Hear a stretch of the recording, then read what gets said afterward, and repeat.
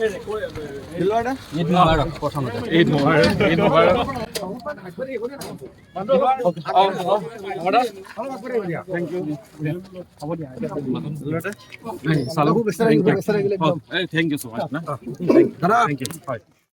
কাৰণে থিয় দিয়া প্ৰতিগৰাকী নাগৰিকক মই ধন্যবাদ জ্ঞাপন কৰিব বিচাৰিছোঁ এই মুহূৰ্তত।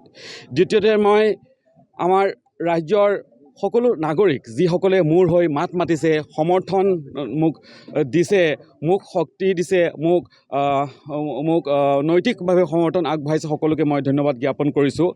আৰু মোৰ কাৰণে যিসকল অধিবক্তাই আদালতত ন্যায়িক যুঁজ দিছে, প্ৰতিগৰাকী অধিবক্তাক আৰু তেওঁলোকৰ টীমৰ প্ৰতিগৰাকী সদস্যক মই অন্তৰৰ পৰা ধন্যবাদ জ্ঞাপন কৰিছোঁ।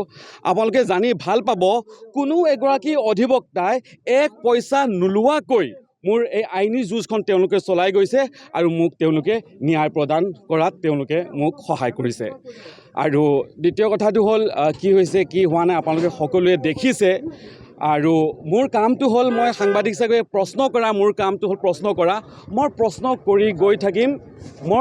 কৰি গৈ থাকিম, যিমানে বিপদ নাহক কিয় প্ৰশ্ন কৰি গৈ থাকিম। আপোনালোকে মোৰ ওপৰত এইখিনি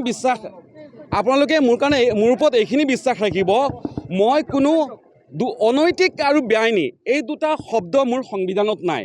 অনৈতিক আৰু বেআইনী এই দুটা কাম মই কেতিয়াও নকৰোঁ, কৰাও নাই, নকৰোঁ আৰু ভৱিষ্যতেও নকৰোঁ। গোটেই তদন্তৰ প্ৰক্ৰিয়াত আপোনালোকে পাণবজাৰ আৰক্ষীত সুধিলে গম পাব, 100%তকৈ ওপৰত যদি কিবা আছে মই তেওঁলোকক সমৰ্থন জনাইছোঁ। মোৰ ঘৰত চাৰ্চ হৈছে, যি ডকুমেণ্টছ বিচাৰিছে, ইভেন মই উলিয়াই লৈ ইয়াতে আৰু অলপ ডকুমেণ্টছ আছে এইখিনিও চাই লওক বুলি কৈ চব দি দিছোঁ। তেওঁলোকে জব্দ কৰিছে ডকুমেণ্টছখিনি, মোৰ স্কুলীয়া চাৰ্টিফিকেটৰ পৰা আৰম্ভ কৰি মোৰ LLB চাৰ্টিফিকেটলৈকে সকলো বস্তু তেওঁলোকে, আনকি মোৰ কম্পিউটাৰ, লেপটপ, মোবাইল সকলো বস্তু তেওঁলোকে জব্দ কৰিছোঁ।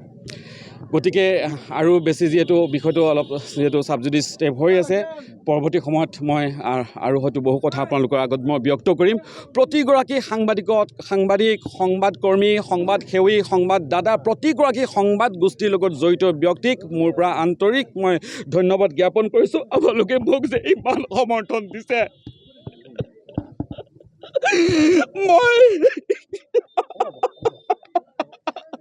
মোৰ দুগৰাকী ছোৱালী যিদিনাখন চাৰ্চত গৈছে পুলিচ, মোৰ ডাঙৰ ছোৱালীজনীক সাৰ পাই কৈছে দেউতা এইবোৰ কি মাত, পুলিচ আপোনাক উগ্ৰপন্থীৰ দৰে আপোনাক এনেকুৱা কৰিছে। মই কৈছোঁ নহয়, তেওঁলোক মোৰ বন্ধু হয়, কিবা নিউজৰ কামত আহিছে, মই তেওঁলোকৰ লগত নিউজৰ কামত আছোঁ। মইতো কোনো অন্যায় কাম কৰা নাই, অন্যায় নকৰোঁ।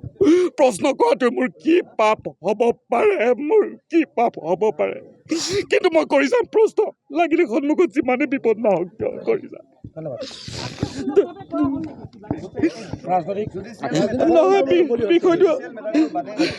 বিষয়টো পিছত মোৰ অধিবক্তাই আপোনালোকৰ লগত ব্যক্ত কৰিব, কিন্তু মই আপোনালোকক ক'ব খোজোঁ, মই সত্যৰ পথত আছোঁ।